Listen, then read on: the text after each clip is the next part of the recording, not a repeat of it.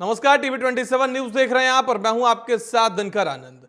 घड़ी में 4 बज चुके हैं और वक्त हो चला है 4 बजे की 4 बड़ी खबरों की। हम दिन भर की 4 बड़ी खबरों को लेकर आते हैं। ये वो खबरें हैं जो सबसे ज्यादा प्रभावी हैं। आज पूरे दिन में इन 4 बड़ी खबरों के इर्द गिर्द आज पूरे देश में आज खबरें रही। पहली तस्वीर है लोकसभा चुनाव को लेकर, दूसरी तस्वीर है मोदी के हुंकार और अब की बार 400 पार आज प्रधानमंत्री नरेंद्र मोदी के केरल दौरे को लेकर। वहीं तीसरी तस्वीर है नीतीश कैबिनेट में किसको जगह मिलेगी, किसको नहीं मिलेगी, बिहार में मंत्रिमंडल विस्तार की। वहीं चौथी खबर में आज हम जिक्र करेंगे विपक्ष का ठिकाना शरणार्थियों का प्रदर्शन, यानी कि सीएए के लेकर विरोध प्रदर्शन। आपको बता दें कि पाकिस्तान से आए शरणार्थियों ने विरोध प्रदर्शन किया है, उसी को लेकर आज चौथी खबर में हम चर्चा करेंगे। तो ये 4 तस्वीरें आपके टीवी स्क्रीन पर है और आज पूरे अगले आधे घंटे में इन 4 खबरों पर हम विस्तार से चर्चा करने वाले हैं।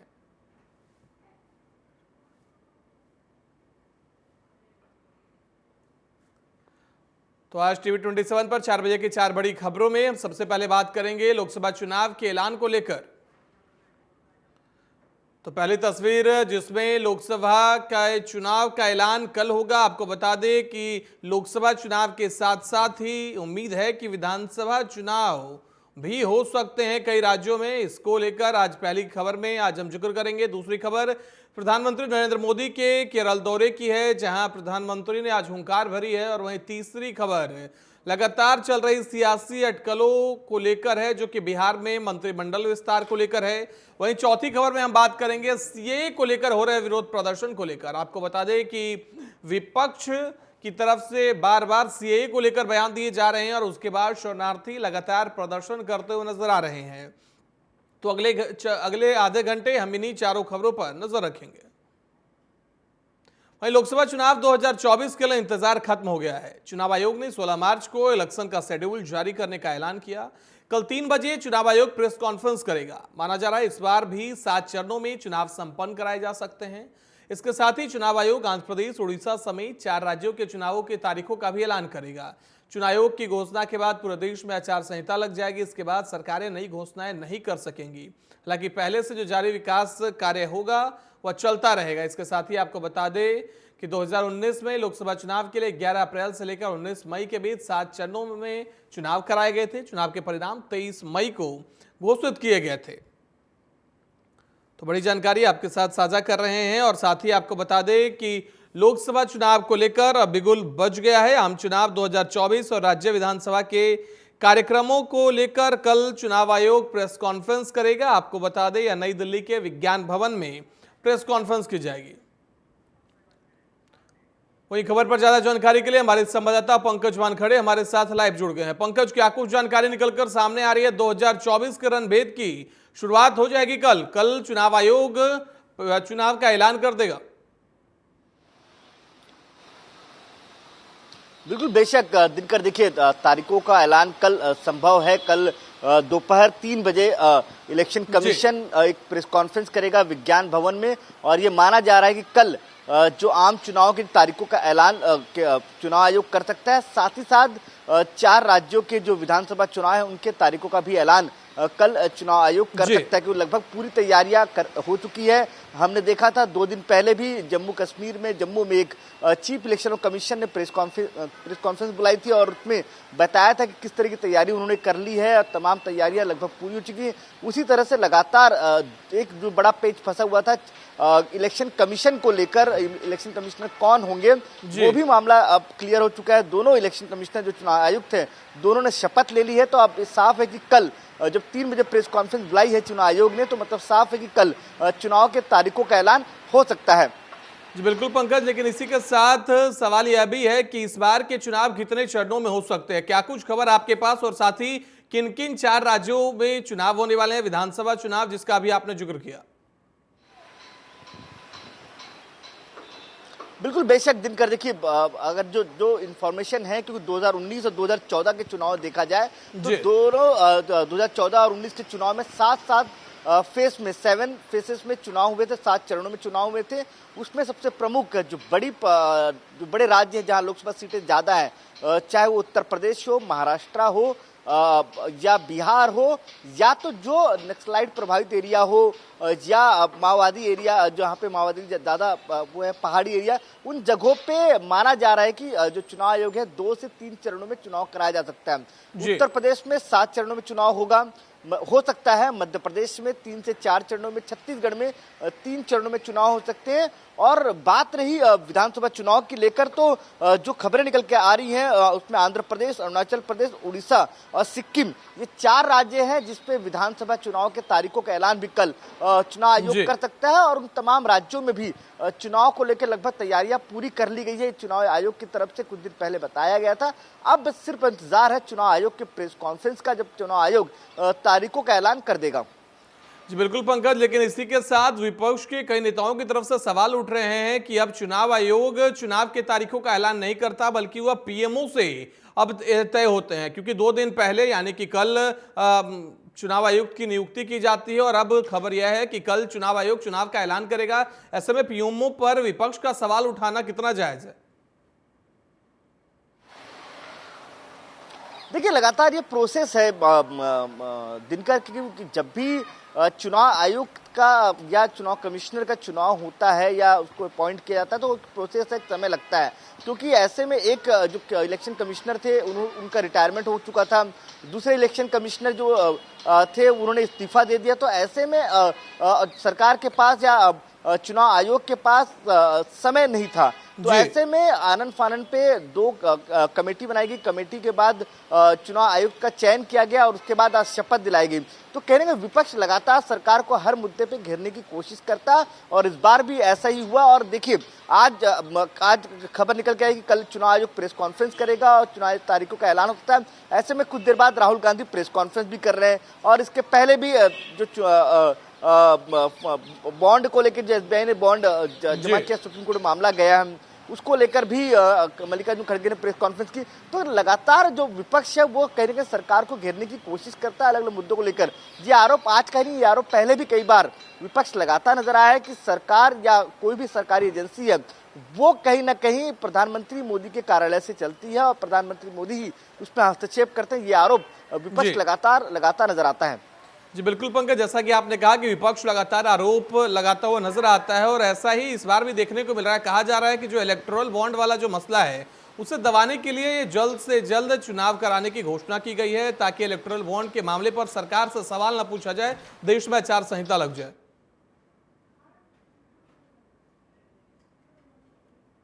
ये प्रक्रिया थी। देखिए दिनकर, जब मामला सुप्रीम कोर्ट गया तो सुप्रीम कोर्ट ने ही स्टेट बैंक ऑफ इंडिया को और इलेक्शन कमीशन को दोनों को निर्देश दिए थे कि 12 मार्च तक जो इलेक्ट्रॉनिक बॉन्ड है वो आप इलेक्शन कमीशन को दे दें। एसबीआई को एक नोटिस जारी की थी सुप्रीम कोर्ट ने। उसके बाद इलेक्शन कमीशन ने जानकारी दी सुप्रीम कोर्ट को कि हमें जो स्टेट बैंक ऑफ इंडिया ने जो दस्तावेज दिए हैं वो हमें प्राप्त हो गया और हमने सार्वजनिक कर दिया है और वेबसाइट में डाल दिया।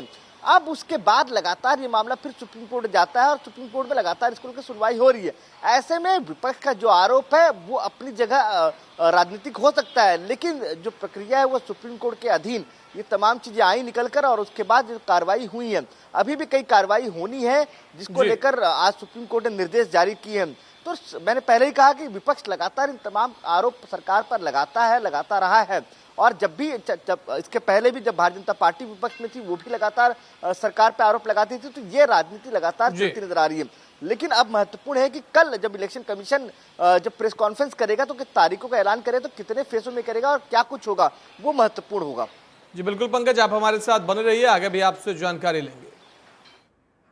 रुक करते हैं दूसरी बड़ी खबर की ओर। प्रधानमंत्री मोदी आज केरल के दौरे पर थे, जहां पीएम ने इस दौरान एक जनसभा को संबोधित किया। पीएम ने कहा कि इस बार केरल में कमल खिलने वाला है। उन्होंने कहा कि कांग्रेस और लेफ्ट की स्थिति यह है कि जिस राज्य से यह चुनाव हारते हैं वहां यह दोबारा वापसी नहीं कर पाते हैं। कांग्रेस ने सत्ता के लालच में जिस तरह से खेल खेले राज्यों को बर्बाद किया, लोग अच्छी तरह जानते हैं। जिस राज्य से यह पराजित होते हैं वहां के लोग इन्हें वापस लौटने नहीं देते। तमिलनाडु ने 1962 में आखिरी चुनाव जीता था। यूपी, गुजरात, बिहार में कांग्रेस 4 दशक पहले आखिरी चुनाव जीती थी। उड़ीसा में भी कांग्रेस 3 दशक के बाहर ही है। देश के कितने ही राज्यों से कांग्रेस बाहर है। कांग्रेस का एक भी सांसद नहीं है। त्रिपुरा, बंगाल इन राज्यों से लेफ्ट पार्टियों का सितारा चमकता था। आगे पीएम ने कहा कि केरल में भ्रष्ट और नाकाबिल सरकार होने का बहुत बड़ा नुकसान केरल के सभी लोगों को उठाना पड़ रहा है। पथनमथिट्टा का माहौल बता रहे हैं कि इस बार केरल में कमल खिलने जा रहा है। बीजेपी यहां की युवा ऊर्जा को बढ़ावा दे रही है, इसलिए केरल के लोग अब कह रहे हैं कि अब की बार 400 पार।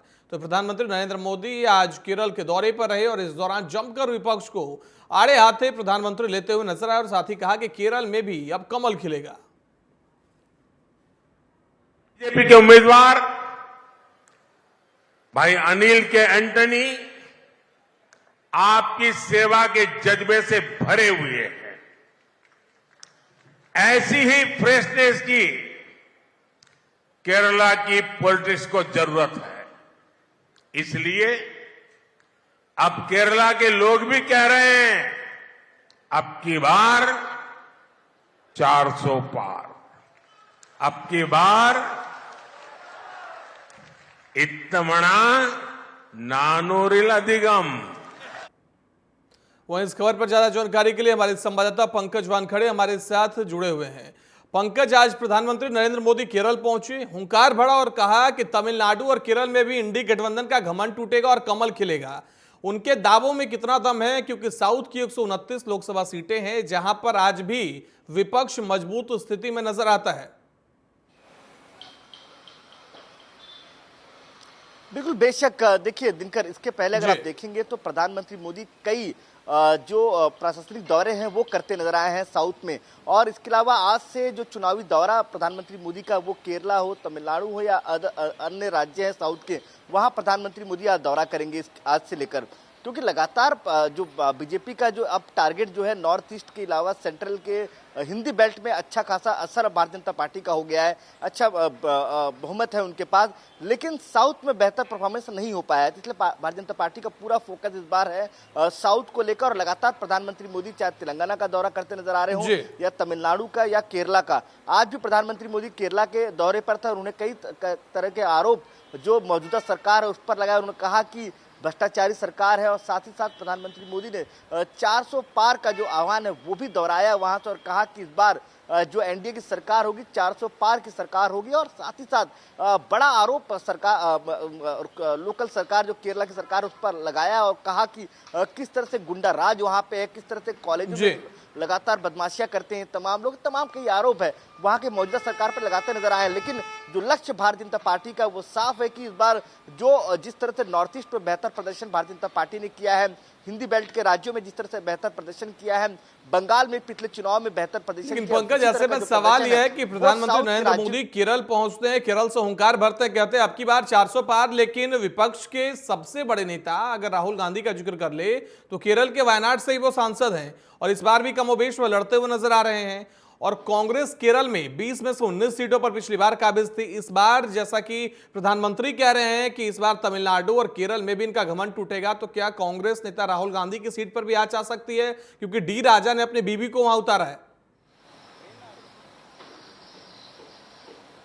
बिल्कुल, बेशक। देखिए लगातार जो बड़ा टारगेट मैंने पहले ही कहा कि वो करीबन जो सीटें हैं 400 सीटें पार करने की बात है। एनडीए 400 पार की बात की है सरकार, बीजेपी ने, मोदी ने भी आज ये बात का जिक्र किया है। लेकिन लगातार प्रयास यही कि जो साउथ का किला है उसको फतेह किया जाए, और राहुल गांधी भी केरला के वायनाड से सांसद है, वहां भी लगातार प्रयास यही किया जा रहा है प्रधानमंत्री मोदी की तरफ से मजबूत कैंडिडेट वहां उतारा जाए, भारतीय जनता पार्टी उतारे और वहां पे जो मजबूती से जो सीट है वो जीता जाए। और लगातार मैंने पहले भी कहा कि भारतीय जनता पार्टी का फोकस इस बार साउथ है, दक्षिण की ओर है, और दक्षिण में 129 सीटें आती हैं और 129 सीटें से जो टारगेट करीबन 60 से ज्यादा सीटें जीतने का टारगेट इस बार है, क्योंकि तभी जो आंकड़ा जो बनाया गया है, जो आंकड़ा इस बार प्रधानमंत्री ने जो नारा दिया है 400 पार का, तभी संभव हो पाएगा जब साउथ में बेहतर नतीजे निकल कर आएंगे। जी बिल्कुल, बहुत बहुत धन्यवाद पंकज आपका हमारे साथ जुड़ने के लिए और ज्यादा जानकारी देने के लिए। बिहार में नीतीश मंत्रिमंडल विस्तार कई दिनों से लटका पड़ा हुआ है। अब बिहार में नीतीश कैबिनेट का विस्तार होने जा रहा है। राजभवन में शाम 6:30 बजे शपथ ग्रहण समारोह आयोजित किया गया है। चर्चा है कि बीजेपी और जेडीयू से करीब 1.5 दर्जन नए मंत्री बनाए जा रहे हैं। डिप्टी सीएम सम्राट चौधरी ने मुख्यमंत्री नीतीश कुमार से उनके आवास पर मुलाकात की। इसके बाद सीएम के प्रधान सचिव डॉक्टर सिद्धार्थ राजभवन पहुंची। बताया जा रहा है कि बीजेपी के जिन जिन विधायकों को मंत्री बनाया जाना है उनके पास फोन भी पहुंचने लगे हैं। अब बीजेपी की सूची फाइनल हो गई है, उसमें 12 नाम है। वहीं जेडीयू के कोटे से मंत्री बनने वालों की लिस्ट पहले से तैयार है, जिसमें सुनील कुमार, लेसी सिंह, मदन सहनी, अशोक चौधरी, रत्नेश सदा, जमा खान, मदन साहनी और महेश्वर हजारी के नाम शामिल हैं। मंत्रिमंडल विस्तार में कई चेहरे भी दिख रहे हैं, जिसमें आरएलजेपी के समस्तीपुर से सांसद प्रिंस राज का नाम सबसे ज्यादा चर्चा में है। वहीं जितन राम मांझी की पार्टी हमको भी एक मंत्री पद मिल सकता है, क्योंकि जितन राम मांझी कई दिनों से कम मंत्री पद की डिमांड करते हुए नजर आ रहे हैं। तो बिहार में नीतीश कुमार के कैबिनेट का विस्तार होने जा रहा है। फाइनली आज शाम 6:30 बजे नीतीश मंत्रिमंडल का विस्तार होगा। वहीं इस खबर पर ज्यादा जानकारी के लिए हमारी संवाददाता आयुषी मिश्रा हमारे साथ फोन लाइन पर जुड़ गई हैं। आयुषी, क्या जानकारी निकलकर सामने आ रही है? बहुत देर हुई, लेकिन अब यह ऐलान हो गया है कि शाम 6:30 बजे नीतीश कैबिनेट का मंत्रिमंडल का विस्तार होना है। कल चुनाव का ऐलान होना है, उससे ठीक एक दिन पहले क्या संदेश देता है? जी बिल्कुल दिलकर, जिस तरीके से नीतीश कुमार मंत्रिमंडल का विस्तार आज शाम 6:30 बजे करने जा रहे हैं, तो ऐसे में आपको बता दें कि एक तरफ लोकसभा चुनाव है, जहां एक तरफ बीजेपी और जदयू दोनों मिलकर बिहार में चुनाव रहे हैं, एनडीए का हिस्सा है, तो वहीं दूसरी तरफ बीजेपी को बहुत अच्छे से पता है कि अगर वो मंत्रिमंडल में वो चेहरे डालते हैं जो चेहरे जातिगत रूप से उन्हें लोकसभा चुनाव में भी फायदे पहुंचा सकते हैं। तो आपको बता दें कि जहां एक तरफ जदयू के कई पुराने चेहरे हैं जो पहले से ही नीतीश कैबिनेट के मंत्रिमंडल का चेहरा बन रह चुके हैं, वहीं दूसरी तरफ महेश्वर हजारी एक ऐसा नाम है जो सीतामढ़ी से माफ कीजिएगा जो समस्तीपुर से आते हैं और जिनका काफी सारा दबदबा है उनके इलाके में। और महेश्वर हजारी वो एक नया नाम इस मंत्रिमंडल की सूची में नजर आ रहा है। वहीं अगर बीजेपी की बात करें तो 12 नामों की जो सूची है वो मुख्यमंत्री नीतीश कुमार को सौंप दी गई है। शाम को 6:30 बजे तमाम मंत्री शपथ लेंगे और कहीं ना कहीं बीजेपी की तरफ से एक फॉर्मूला सेट किया गया है कि वो तमाम चेहरे जो एक बड़े जाति वर्ग और जो एक बड़ा कहीं ना कहीं जिस तरीके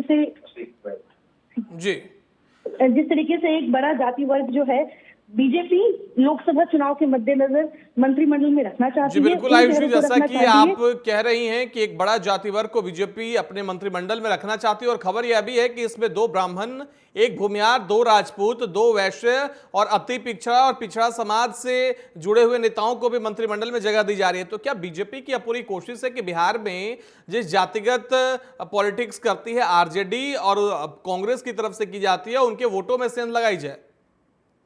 बिल्कुल दिलकर, बिहार में जातीय राजनीति आज भी उतनी ही तो है।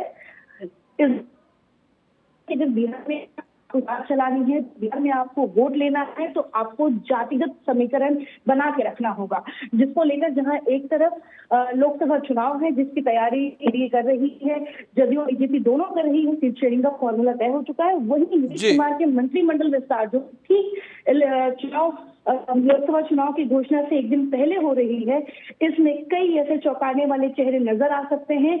वो चेहरे नजर आ सकते हैं जो कल तक किसी बड़े पद पर होंगे, लेकिन आज वो नीतीश कुमार के कैबिनेट का हिस्सा होंगे। कल तक वो शायद उन्हें कोई जानता भी ना हो, लेकिन आज वो नीतीश कुमार के मंत्रिमंडल का हिस्सा बन सकते हैं, क्योंकि बीजेपी हमेशा अपने चुनावी स्टंट या यूं पहले अपने फैसले से हमेशा चौंकाते आई है। बीजेपी की जो रणनीति होती है चेहरों को चुनने में, अभी हाल में ही 5 राज्यों में चुनाव हुए थे, वहां पे भी जिस तरीके से बीजेपी ने मध्य प्रदेश और छत्तीसगढ़ में जो मुख्यमंत्री चेहरा चुना था, उसको लेकर किसी को विश्वास नहीं हुआ था। बीजेपी इन चेहरों को भी ला सकती है सामने। तो उसी तरीके से बिहार में मंत्रिमंडल विस्तार में बीजेपी कई ऐसे चेहरों को ला सकती है जो कल तक सुर्खियों में नहीं होंगे, लेकिन आज वो मंत्रिमंडल का हिस्सा बन सकते हैं, क्योंकि उनसे जातीय समीकरण सही तरीके से बैठाया जा सके ताकि वो लोकसभा चुनावों में फायदा दे। जी बिल्कुल आयुषी, आप हमारे साथ बने रहिए, आगे भी आपसे जानकारी लेंगे। वहीं दिल्ली में कांग्रेस मुख्यालय के बाहर हिंदू शरणार्थियों ने प्रदर्शन किया है। इससे पहले गुरुवार को हिंदू शरणार्थियों ने सीएम केजरीवाल के घर के बाहर भी विरोध प्रदर्शन और नारेबाजी की थी। दिल्ली के मुख्यमंत्री अरविंद केजरीवाल के सीएए पर बयान के बाद हिंदू शरणार्थियों ने उनके घर के सामने विरोध प्रदर्शन शुरू किया था। इस प्रदर्शन में महिलाएं और बच्चे भी नजर आए। इस प्रदर्शन के बीच सीएम केजरीवाल ने कहा कि मैंने कल बताया था कि किस तरह सीएए देश के लिए खतरनाक है और कैसे इससे लागू होने से देश भर में भारी संख्या में पड़ोसी देशों से घुसपैठिए आ जाएंगे। आज गृह मंत्री ने उस पर अपना बयान दिया है। मैं इसका जवाब प्रेस कॉन्फ्रेंस कर दूंगा, अरविंद केजरीवाल ने कहा है। तो आपको बता दें कि अरविंद केजरीवाल और विपक्ष के बयान के बाद जो पाकिस्तान और बांग्लादेश से आए हिंदू शरणार्थी हैं वो लगातार विरोध प्रदर्शन कर रहे हैं। कभी अरविंद केजरीवाल दिल्ली के मुख्यमंत्री के आवास के बाहर तो कभी कांग्रेस दफ्तर के बाहर। आपको बता दें कि आज दिल्ली में जोरदार प्रदर्शन किया गया है।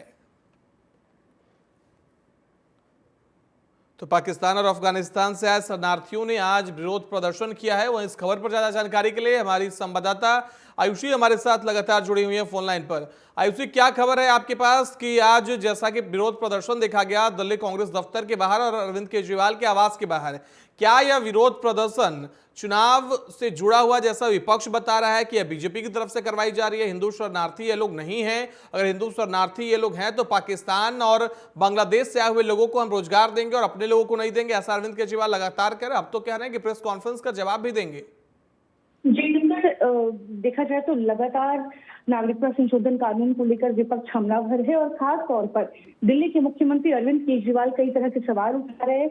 उनका साफ कहना है जो अफगानिस्तान, पाकिस्तान और बांग्लादेश से जो गैर मुस्लिम लोग जो यहाँ आ रहे हैं, शरणार्थी यहाँ आ रहे हैं, उनको अगर आप नागरिकता देते हैं तो देश के उन तमाम युवाओं का क्या होगा जो अभी भी रोजगार के लिए भटक रहे हैं। उन्होंने देश के लिए एक बड़ा खतरा बताया है सीएए को। उनका साफ कहना है कि नागरिकता संशोधन कानून के तहत अगर पाकिस्तानी भारत में आते हैं और आपके घर के बाहर अगर वो डेरा लगाते हैं तो उस वक्त क्या आप सुरक्षित महसूस कर सकते हैं? इन तमाम चीजों को लेकर लगातार अरविंद केजरीवाल कई तरह के सवाल उठा रहे हैं और उसका साफ कहना है कि सीएए देश के लिए खतरा है, देश के लोगों के लिए खतरा है, सुरक्षा में चूक हो सकती है। और इन तरह के आरोपों के बीच में आज कांग्रेस मुख्यालय के बाहर भी लोगों का प्रदर्शन देखने को मिला। वो शरणार्थियों का प्रदर्शन देखने को मिला जो शरणार्थी दूसरे देशों से आए हैं, जिनको सीए के तहत लाभ मिलेगा, जिनको नागरिकता मिलेगी, वो तमाम लोग विपक्ष के इन नेताओं कल सीएम अरविंद केजरीवाल के आवास के बाहर उन्होंने प्रदर्शन किया था और आज कांग्रेस मुख्यालय के बाहर। जी बिल्कुल, बहुत बहुत धन्यवाद आयुषी आपका हमारे साथ जुड़ने के लिए और ज्यादा जानकारी देने के लिए। अब आपको सीधे लिए चलते हरियाणा के कुरुक्षेत्र, जहां मुख्यमंत्री नायाब सैनी जनता को संबोधित कर रहे हैं। भगवान श्री कृष्ण की भूमि पर बने, ये अगर किसी की सोच थी तो ये सोच आदरणीय मनोहर लाल जी की थी और आज ये साकार रूप लेते हुए दिखाई दे रही है। जोरदार तालियों से खड़े होकर के आदरणीय मुख्यमंत्री मनोहर लाल जी, पूर्व मुख्यमंत्री जी का स्वागत करें जोरदार तालियों के साथ।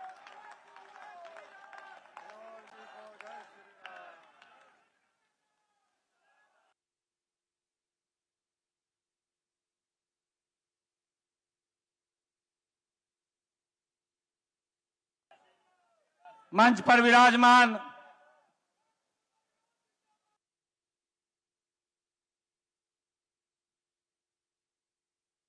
हरियाणा सरकार में मेरे सहयोगी मंत्री आदरणीय बनवारी लाल जी,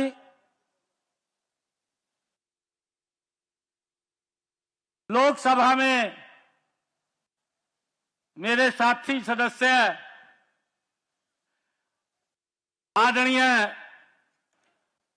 संजय भाटिया जी, राज्यसभा में हमारे सहयोगी कृष्ण लाल पंवार जी और हमारे चीका के बहुत ही लोकप्रिय विधायक ईश्वर सिंह जी, हमारे इस क्षेत्र के लोकप्रिय विधायक थानेश्वर से, जो लगातार इस कार्य को आगे बढ़ाने में दिन रात जिन्होंने काम किया, ऐसे सुभाष सुधा जी, भारतीय जनता पार्टी हरियाणा प्रदेश एससी मोर्चा के माननीय अध्यक्ष पटौदी के हमारे विधायक सत्य प्रकाश जरावता जी, हमारे विधायक लक्ष्मण नापा जी, और हमारे बीच में आदरणीय नरेंद्र मोदी जी का आशीर्वाद लेकर के, आदरणीय जगत प्रकाश नड्डा जी का आशीर्वाद लेकर के हरियाणा के संत रूपी तपस्वी और यशस्वी पूर्व मुख्यमंत्री आदरणीय मनोहर लाल जी का आशीर्वाद लेकर के आपके बीच में आए हैं। इनका जोरदार ताड़ियों से आप स्वागत करिए। बंतो कटारिया जी और अशोक तंवर जी, जो कमल का फूल लेकर के हमारे बीच में उपस्थित हुए हैं। और भाइयों,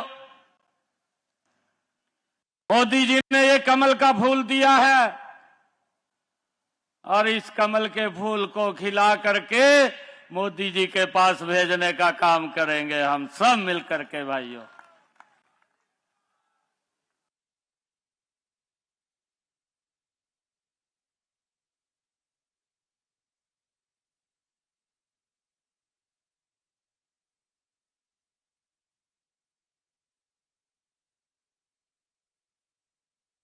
और एक और बात बता रहा हूं, आने वाले समय में हमारे यशस्वी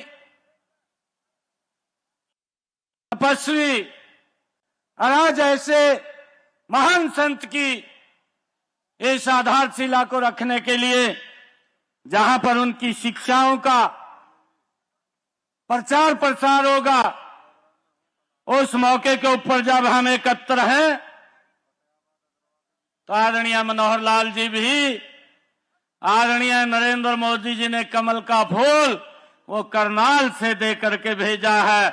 और आने वाले समय के अंदर हम देखेंगे कि पूरे देश के अंदर आदरणीय मनोहर लाल जी की जो नीतियां, जो योजनाएं, जिसका पूरा लाभ हरियाणा को मिला है, आने वाले समय के अंदर इस देश के अंदर वो नीतियां, योजनाएं घर घर पहुंचेंगी। हम सब मिलकर के जो आदरणीय नरेंद्र मोदी जी ने ये कमल के फूल भेजे हैं, इनको खिलाने का काम हम सब करेंगे।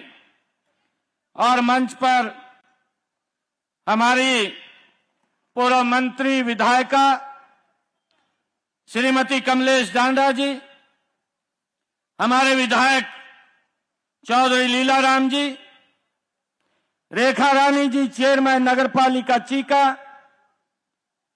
रवि बतान जी जिलाध्यक्ष एससी मोर्चा, कृष्ण बेदी जी पूर्व मंत्री, कर्णदेव काम्बोज जी, डॉक्टर पवन सैनी जी पूर्व विधायक, धर्मवीर मिर्जापुर जी, अशोक गुर्जर जी और उपस्थित आज इस पवित्र अवसर के मौके के ऊपर हमारे इस लोकसभा क्षेत्र से पधारे हुए सभी महानुभाव, आज मेरा ये परम सौभाग्य है कि मुख्यमंत्री के रूप में आज इस पवित्र स्थान के ऊपर मुझे आने का मौका मिला।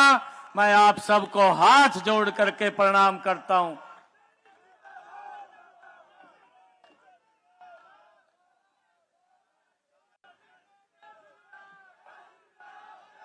बुलेटिन में फिलहाल इतना ही। देश दुनिया की बाकी खबरों के लिए देखते रहिए TV27 न्यूज।